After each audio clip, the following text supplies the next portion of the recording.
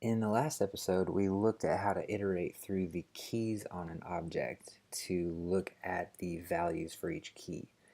In this episode, we're going to look at if we have a collection of objects, how do we iterate through those? So last time we were working with this tweet object. So let's create a couple more of these. So we'll say tweet2 equals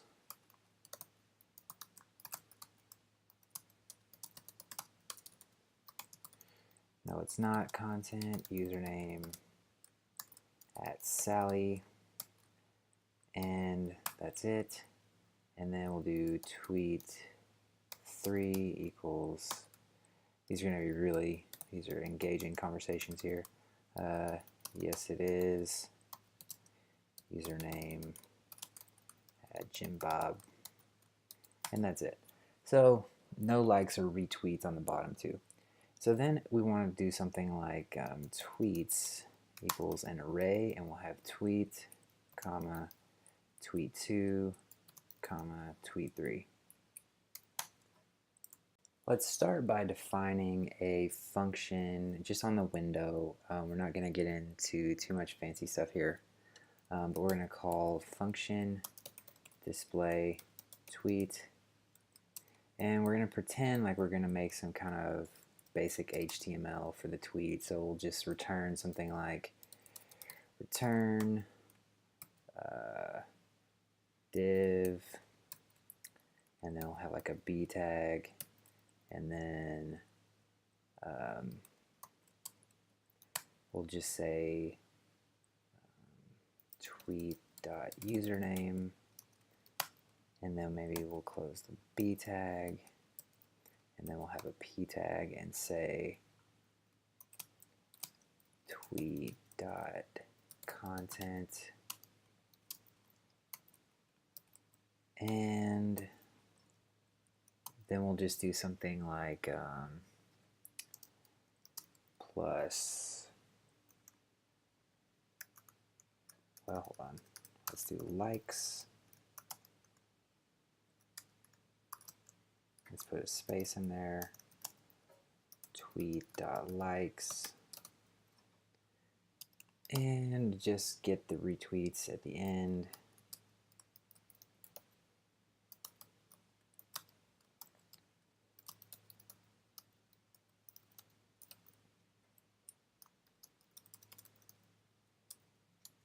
And we just need to close off our div.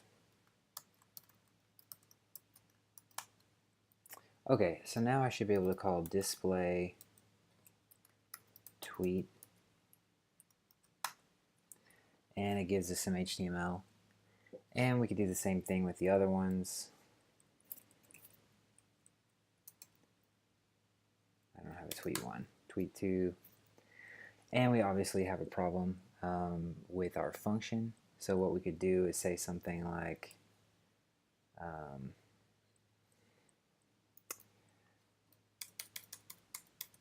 if our HTML equals, and then we'll say, I messed that up.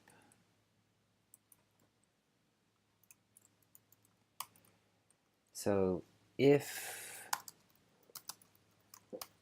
tweet dot likes, and because we're just going to look at one line here, we don't need the curly braces. So if tweet.likes, we'll say HTML plus equals likes plus tweet.likes, and then we'll say if tweet.retweets, HTML plus equals retweets. Actually, let's space that out too. Tweet.retweets. Okay, now let's try to display tweet2. Oh, I did not return anything from my function. So it's undefined. Return HTML.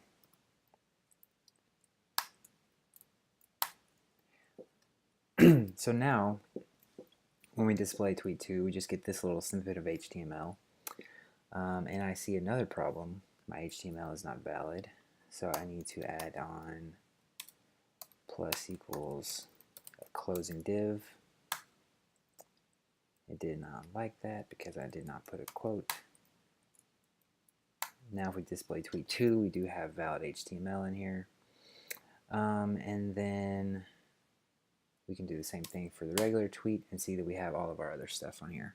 So that was quite a bit of setup, but now we're ready for the actual point of this lesson, which is that there are two ways we can iterate through our list of tweets now, or our array of tweets.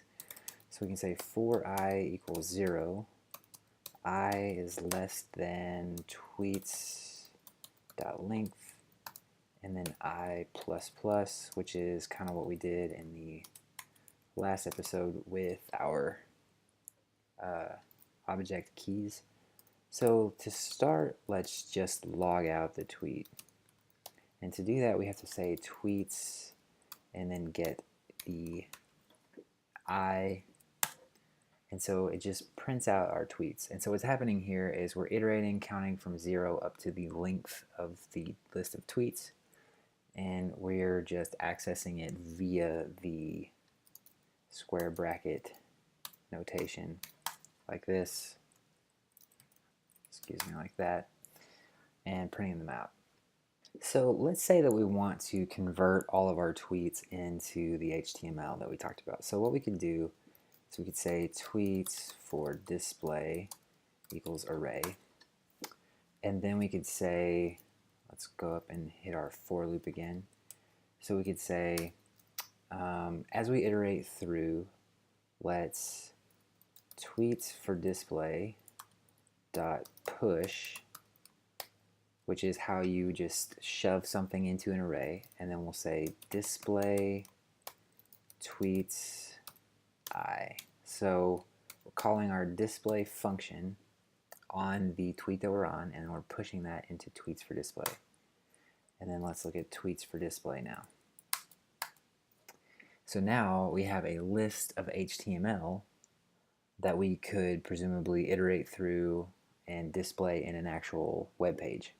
So that was the first way that we can iterate through, and it is the fastest in terms of actual performance. That doesn't really matter so much when you're dealing with small data sets, so what I'm about to show is equally valid as long as you're not dealing with a lot of data. So let's, I just cleared our tweets for display array so we can run this again, but differently. So this next time, let's do tweets.forEach, which is a function that takes a function as an argument. And then we'll look at tweet. You can name this variable here, whatever you want to call it. And then inside here, we can actually just deal with the actual tweet object now. So this reads better to me. So we could say tweets for display dot push, and instead of having to do the array type syntax, we can just say tweet, or we can just say display tweet. And then now if we look at tweets for display, it's got our content back in it again. So that's quite a long little episode, but there's one last little thought I want to leave you with, which we're going to deal with next time, which is, this is a little bit weird to me right here, because JavaScript is object-oriented, and really what we would like to do, instead of calling a window-based function on the tweet to display it, we would like to actually have that behavior live on the tweet. We would like to be able to say something like tweet.html or something like that, and generate the HTML dynamically based on the attributes. The challenge is, we could do that right now, but we would have to define the same function for all of those objects individually. So think about that, and the next time I'll show you how we can do that with prototypes. If you like this episode and you want to see more, click like and click subscribe, and I will talk to you in the next episode.